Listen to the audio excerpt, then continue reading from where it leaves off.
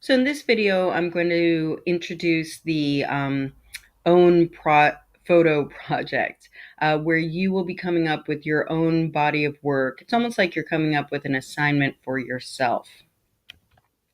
So how do artists make art? Well, when you're in school, you have an assignment, and the teacher or the professor gives you some parameters, and you figure out how to fill it, but it's basically kind of has to fit into their idea.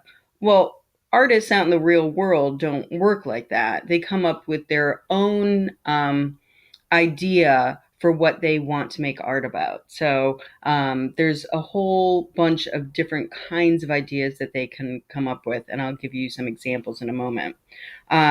But a lot of times, artists use art to investigate the world in some way, the outside world, their inner world, their thoughts and feelings, politics, the human condition, something like that. Sometimes it's visual. Here we have Monet's Haystacks, in which he painted how the light hit these haystacks in rural France, I believe, at different times of day and in different seasons.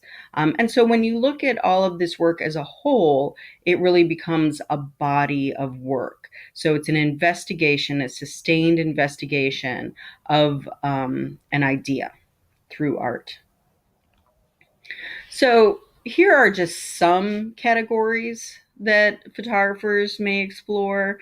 So this would be art photographers, not commercial photographers where you're getting paid to do what a client asks you to do, but artists who come up with their own ideas. So one is maybe exploring just a highly visual idea, kind of like Monet's haystacks. Maybe it's more photojournalistic, you're documenting an interesting part of life. Maybe it's cathartic, where you're getting your feelings out, dealing with an issue. So a therapeutic photography that lets you examine something in life.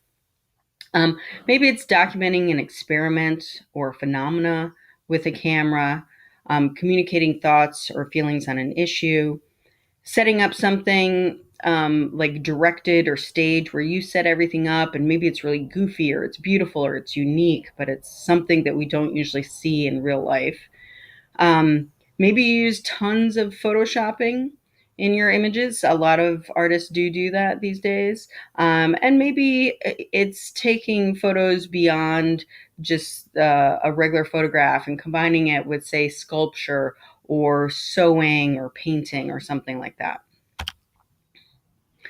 So I don't know a whole lot about this artist's work. However, it's interesting when you look at it as a whole that it does seem to address some very visual characteristics of architecture. So it's about, shapes and line and angle and diagonals, and about the man-made environment. Some photographers do come up with more of kind of a photojournalistic project. So this is one from Mary Ellen Mark from several decades ago, and all of these images were taken at a camp for kids who have cancer. So we see them hang out with each other and the different activities that they do. And by seeing this body of work, we really kind of understand what it's like to be there. So that's what photojournalism is. It helps us understand what it was like to be there. Some photographers use work to be very cathartic, to help deal with feelings and emotions that they're having. So this work was done by a photographer who sustained combat injuries in Iraq, and then wanted to really honor her fellow veterans from all different wars and all different times in U.S. history. And so, as she says, the Veterans Portrait Project began as an emotionally cathartic physical healing tool. I'd committed my life to my country, and when I could no longer serve in uniform, the VPP, the Veterans Portrait Project, became an extension of my service. So, going out and finding these people, photographing them, and she even includes on her website information about all of them. So some people set up almost like an experiment or kind of use it as in a pseudoscientific way, use photography that way. This person, this stray shopping cart project, you can find it on the internet. It's really interesting. Started noticing like stray shopping carts all over the place and all the different things that happen to them and where they end up and what they're used for, and started photographing them all over. And this is just three examples of, tons and tons of them. And almost started noticing that there were different kind of categories of what happened to them and how it happened to them, and started coming up with uh, almost like a scientific designation for what happened to them. Or, I've heard there was you could do something like a project like hold the door open for people, and everybody who said thank you, take a photograph of them, or something like that. Something that's almost like an experiment, and document it photographically.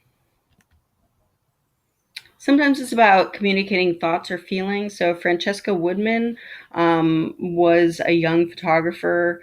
She studied at RISD and then she graduated, and then shortly thereafter she actually took her own life. But she did a lot of work on different themes. She was very into Gothic literature and into ideas of women and their bodies and presenting them and stuff. So anyway, so maybe there's more of like a conceptual idea.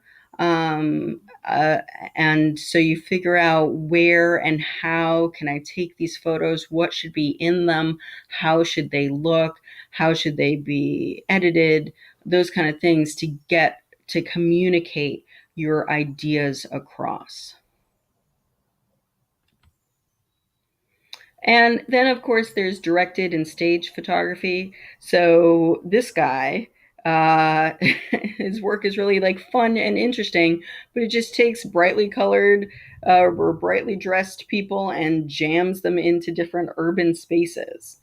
You can have fun and humor in photography, or you can set up other different things. Gregory Crewdson has really interesting directed photos that are more kind of haunting. But anyway, yeah, that can be a fun way to work. For this project, you really want to figure out what what do you like doing? Do you like photoshopping? Do you like taking portraits of people? Do you like doing more landscapes? Do you have something inside of you want to get out? Is there something outside of you that you really want to document? Is there a place that's very special to you? Anyway, that will help you come up with an idea. So some people really use a lot of Photoshop.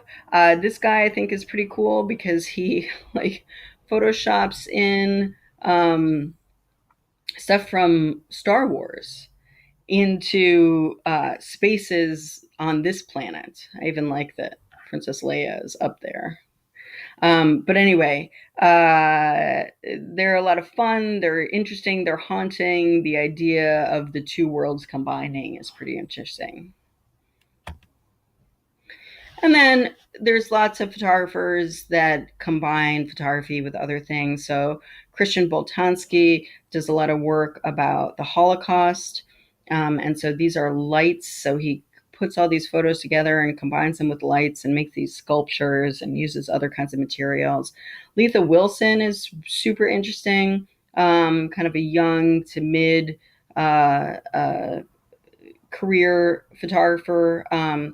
And she puts her photographs on concrete and metal and kind of makes them 3D and turns them into sculptures. So there are a lot more ways to come up with a theme or different kinds of themes or ideas. But it's really up to you. You have to think about what's important to you. What is it that you want to say? What is it that you want to explore? What is it that you want to document? And that's how you'll come up with your theme. If you have any questions, please let me know, and I'm excited to see your photographs.